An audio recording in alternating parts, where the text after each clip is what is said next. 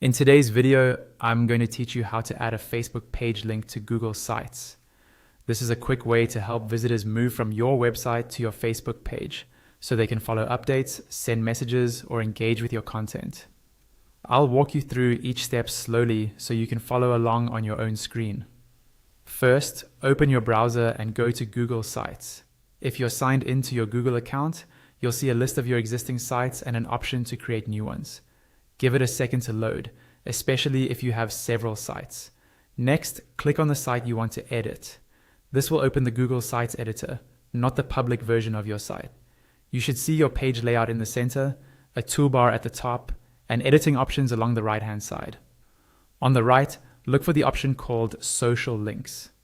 This is where Google Sites lets you add icons that link directly to your social media pages. Go ahead and click on Social Links. A small panel will open where you can add or edit different social platforms. Now, switch over to your Facebook page in another tab and copy the full URL from the address bar. Make sure you are on your public page, not a private group or your personal profile. Once you've copied the link, go back to Google Sites and paste your Facebook page URL into the field provided for the link. After pasting the link, click on Insert.